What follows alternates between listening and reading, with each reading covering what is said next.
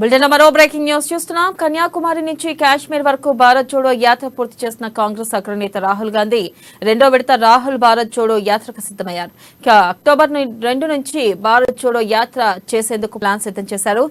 గాంధీ జయంతి రోజున ప్రారంభం కానున్న జోడో యాత్ర జనవరిలో ముగియనుంది. పోరుబందర్ నుంచి మేఘాలయ వరకు యాత్ర కొనసాగనుంది. అయితే గాంధీ పుట్టిన నేల నుంచి యాత్ర చేయనున్నట్లు కాంగ్రెస్ వర్గాలు వెల్లడించాయి. తొలుత మొదట ఆగస్టు 15తో పాటు అక్టోబర్ 2 వరకు జోడో యాత్ర చేయాలని అనుకున్నారు. కానీ పార్లమెంట్ సమావేశాల కారణంగా యాత్రను అక్టోబర్కి వాయిదా వేశారు.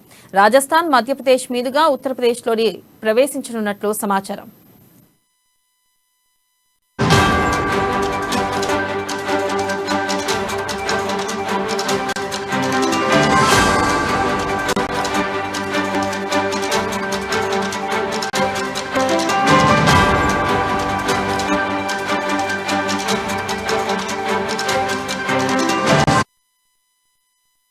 బ్రేకింగ్ న్యూస్ చూస్తున్నాం. కన్యాకుమారి నుంచి కాశ్మీర్ వరకు భారత్ జోడో యాత్ర పూర్తి చేసిన కాంగ్రెస్ అగ్రనేత రాహుల్ గాంధీ రెండో విడత రాహుల్ భారత్ జోడో యాత్రకు సిద్దమయ్యారు. అక్టోబర్ 2 నుంచి భారత్ జోడో యాత్ర చేసేందుకు ప్లాన్ సిద్దం చేశారు. దీనిపై మరింత సమాచారాన్ని మా ప్రతినిధి రాజ్ అందిస్తారు. రాజ్, చెప్పండి, అసలు రెండో విడత పాదయాత్ర ఎప్పటి నుంచి మొదలు కానుంది? అలాగే ఈ పాదయాత్రలో ఏ ఏ ప్రాంతాలకి రాహుల్ గాంధీ వెళ్లనున్నారు? అప్డేట్స్ ఏంటి?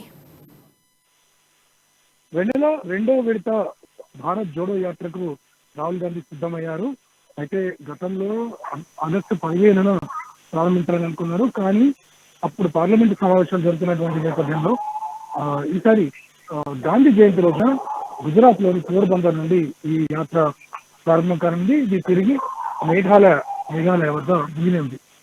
గతంలో గమనించినట్లయితే దాదాపు 4000 కిలోమీటర్లు భారత్ జోడో మొదటి యాత్ర చేశారు. అందులో ముఖ్యంగా కన్యాకుమారి నుండి ప్రారంభించారు.